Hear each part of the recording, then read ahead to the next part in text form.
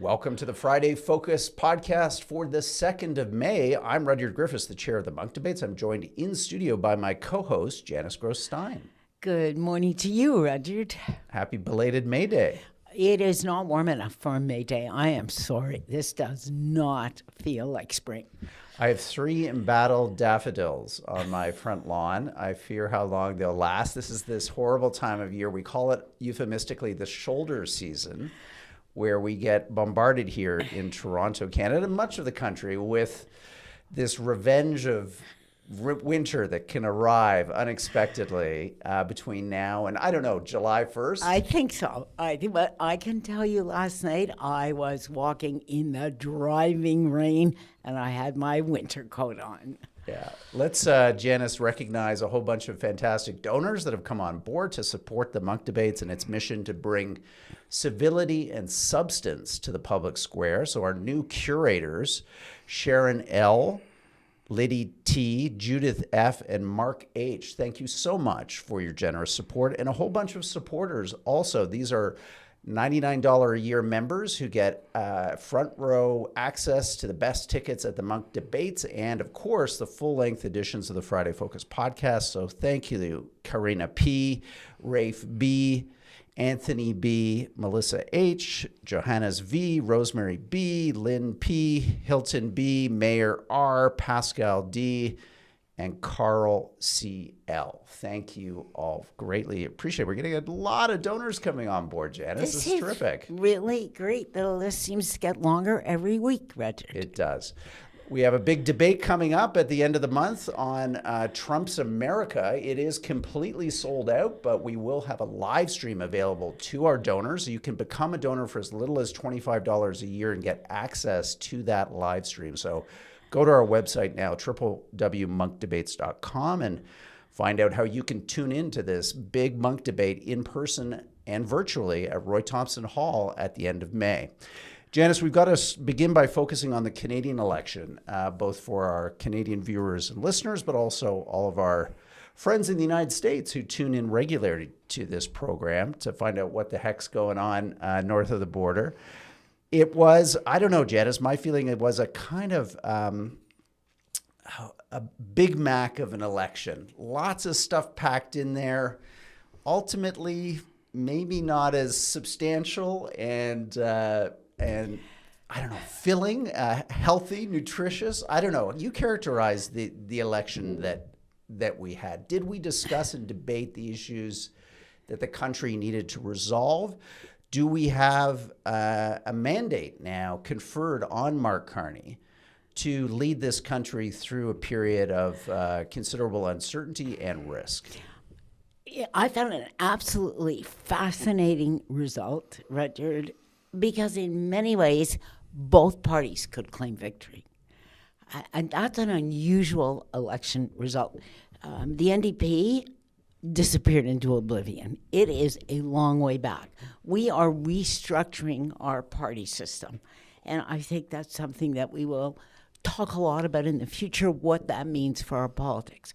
Mark Carney is inches away from a majority and has a functional majority because the NDP MPs would have to be suicidal to bring down this government in the foreseeable future. So he's got himself a functional majority.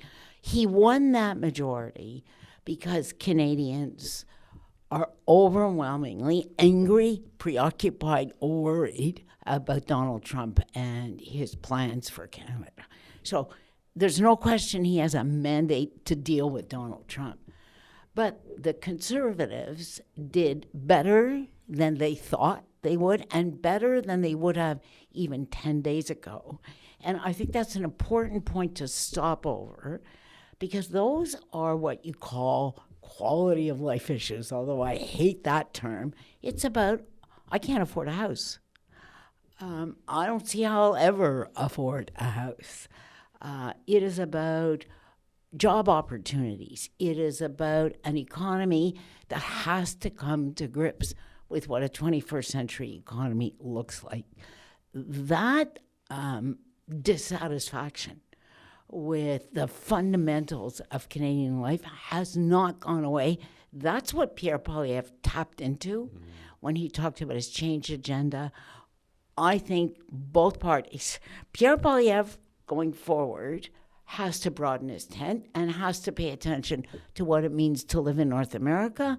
Mark Carney has to pay attention to those dissatisfied voters who voted for change. Yeah. I think it's the first election since 1930 that two parties received over 40% of the vote. And normally the Conservative Party at these numbers, under Stephen Harper, say, only a decade ago, would have formed a majority government. I think the story of this election, Janice, and maybe this is why I feel that it was insubstantial, or maybe even, frankly, a missed opportunity to surface some of the bigger kind of contentious issues that we need to resolve in Canadian society right now, issues of region, issues of intergenerational fairness, issues related to, as you say, a whole swath of the public who's interested in change because they have experienced materially something that has been characterized as a lost decade in Canada, and a whole other cohort who really did not experience a lost decade.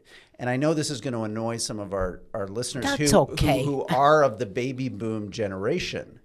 But Mark Carney's large minority really was delivered to him by the boomers. The polls show that older boomers split in a way that it was an anomaly in this election.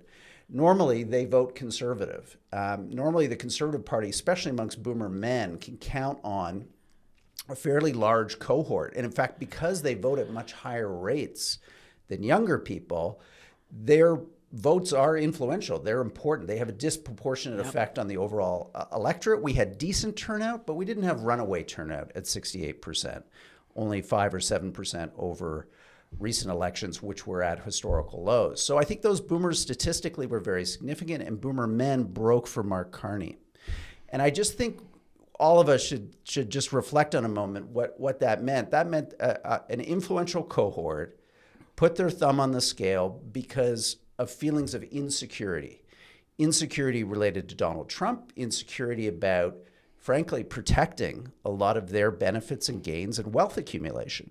Because if you are a boomer, you've enjoyed the last 15 years since the great financial crisis as an unprecedented period of home asset appreciation, of market stock equity growth, because you had capital. You were at a stage late enough in your life that you actually had some capital to either buy a home, to afford a mortgage, to purchase an ETF, or to have your pension plan benefit because you were, in a sense, fully invested. That is a tale of two cities, a tale of two countries. Younger people are increasingly having to delay family formation.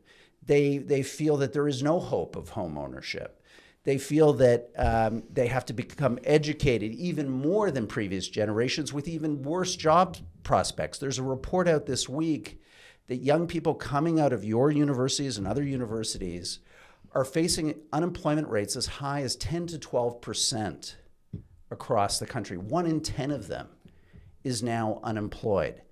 I don't know, Janice, these are not simply fault lines of region. I guess what I worry coming out of this election is a country that is demographically divided, that demographically has fundamentally different interests, and a fundamentally different theory of the case of what needs to be done to right these wrongs. With boomers, frankly, if we want to be honest about it, relatively happy with the status quo, not particularly interested in change. And I feel for younger people because I don't think that they got the election that they deserved. Yeah, so you're absolutely right about this demographic divide, Rudyard. I think there's two important points really to make here. First of all, that demographic divide is not going away because we are at the leading edge now of boomers becoming, frankly, in plain English, old. We might call them elderly Canadians or wise Canadians, but there are years ahead where boomers will continue to vote in large numbers. So this demographic divide is not going away. And so for the Conservatives, they have to take that on board. Because, and here's why I think this matters. If you have a two-party system, playing to your base doesn't work. You have to grow beyond your base. So you're right. Stephen Harper could get a majority government with 40% of the vote. Why? Because you had a thriving NDP as well as Liberal Party. Mm-hmm. The game's changed now for the Conservative Party. It has to move beyond its base. It has to go to the boomers, frankly, if it wants to win. The second argument is, and I think this is really important here, there are not easy fixes to issues like housing and employment. This requires investment in the economy. And why this is so hard, frankly, Roger, is the next generation of productive jobs in this country are going to be much fewer because manufacturing is shrinking. So to actually move the needle on the issues that you just talked about is very hard unless you're willing to tax and to redistribute. Mm-hmm. And that is not something that Pierre Poilievre and the people around him, they don't want to go there. Mm-hmm. And so, yes, he campaigned on change, but the problems are tougher than his campaign suggested, frankly. Mm-hmm. Look, a married, retired couple receives up to $18,000 of OAS with a combined income of $180,000 a year. Yeah. 1/5 of the entire federal budget of the Government of Canada is spent on income supports for seniors. And that's before you get to the transfer costs on health care and other, frankly, burdens that our increasingly elderly population imposes on the country. And again, I know boomers don't want to hear this, and I know they don't like being guilted out. But the fact is, they are literally borrowing their children's future to pay for their entitlements in this moment. And they're doing it at a level which just frankly is unfair. There should be no reason that there are not clawbacks on OAS that, let's say, are equivalent to the clawbacks that are imposed on young families related to the access of daycare and daycare benefits or other family benefits. And those usually kick in at around $75,000 of combined income, less than half of what the cutoff is for the boomers. So I don't know, Janice. I agree with you. By the way, let me just interrupt. I feel like a scold here, but the point is that if we don't address these issues, we are literally allocating scarce public dollars to a cohort in society who, understandably, no fault of their own, are demonstrably unproductive because they're not working, who aren't particularly active consumers because they've left their income growing family formation years. We are burying ourselves in a demographic cohort that is literally smothering the optimism and potential of the very young people that politicians and that very same cohort profess to be so committed to and dedicated to advancing the interests of younger Canadians. Yeah. It's all just, frankly, bull S-H-I-T, okay? Yeah. So, look, I think you've given us a great story here. We should be clawing back at the same income level for seniors as we are for daycare. In fact, you could argue that daycare ceiling should be higher because young families have more expenses than seniors. They've figured out their housing by now one way or the other. So some of that you could fix if there was really transparency about fairness. Mm-hmm. But there's a much bigger problem coming down the road, Rudyard. What is a 21st century economy in which AI has reshaped entirely the workforce and robots are in factories? You know where we see it best, by the way? In China.